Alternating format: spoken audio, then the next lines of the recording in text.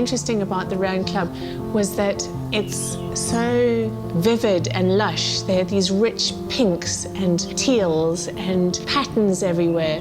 And on a purely aesthetic, formal level, those are the kind of scenes that I'm looking for. And scenes that actually feel like they would come out of a movie or a film. And in some ways, the Round Club epitomizes this kind of space.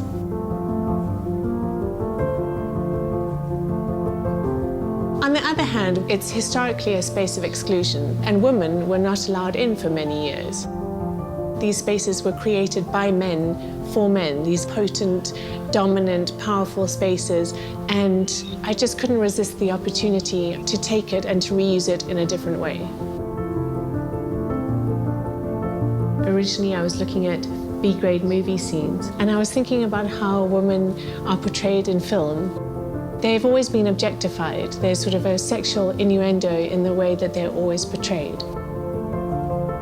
When I was watching all of these films, I was wondering how I would be able to portray these ethereal creatures that came on and off the stage. And if it's possible to look at ourselves and look at women in a different way, and the way that women have historically been filmed in movies.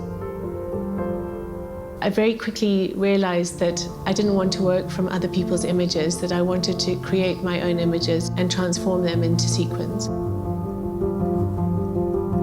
I decided to approach someone to be the photographer of the works and to see how things played out when I played the role of the director.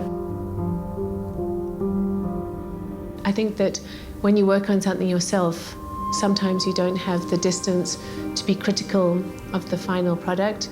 Working with a team has allowed me to rethink and rework and reprocess the final product of what I've made. In this series, there are a couple of things that I'm looking at. The first being the female gaze, and the way male gaze works is that you don't actually see.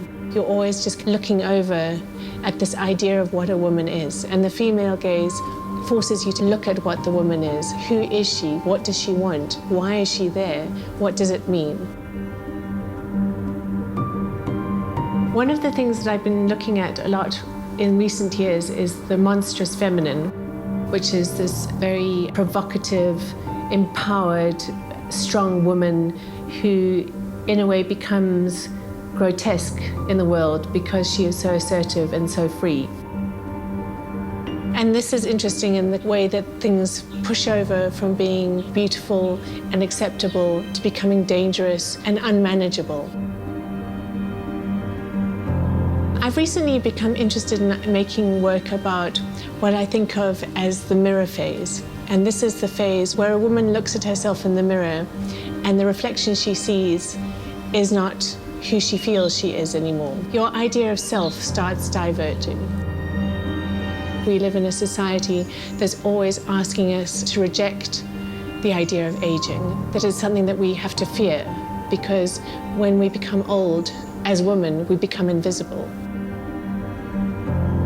So the series is looking at older women and asking us to really look at them and look at them still as women, as sort of sexual, desirable, sensuous beings.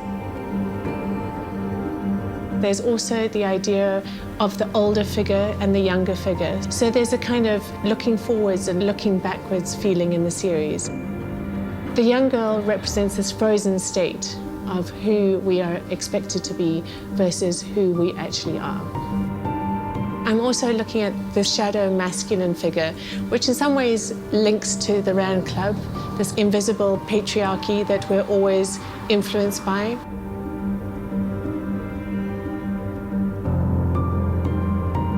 I've always been interested in using unusual materials that are not generally associated with art. We adorn ourselves with these materials, with sequins and beads, in order to make ourselves more, to make ourselves brighter and flashier. These are materials of aspiration.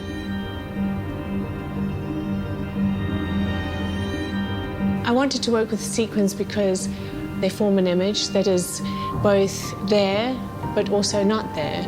And when I started embarking on this project, I realized the extent of the palette and the different surfaces of these sequins. Some were iridescent. The way they reflect light means that they refuse to hold an image. The sequin series are actually the most complex pieces that I've ever worked on, purely because there's so many processes and so many different parts involved in it. The first stage of the process is to choose a woman and to find a space, because each series of the sequin pieces deals with a slightly different topic. I chose to work with women who I thought would be interesting when they were asked to act out these scenes. Strong characters who had a real presence and that I related to. The second phase is to actually take the photographs. I decided to set up the scenes as film shoots. They're massive productions that have stylists, hair, makeup, costumes. It's like a small film set.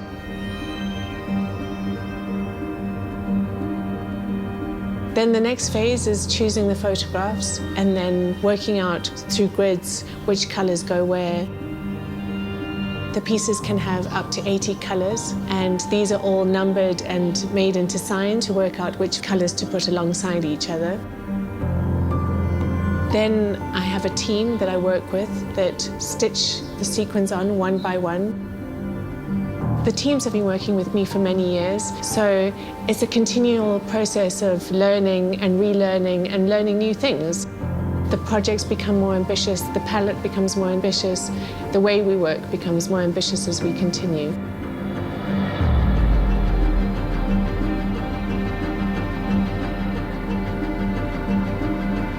There's something very physical about the experience of looking at the sequin pieces.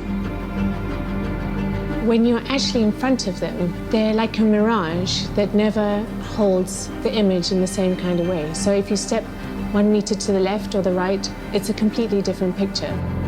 They're like an unending game. What I love about that is that it becomes a metaphor for these kind of women that I'm looking at.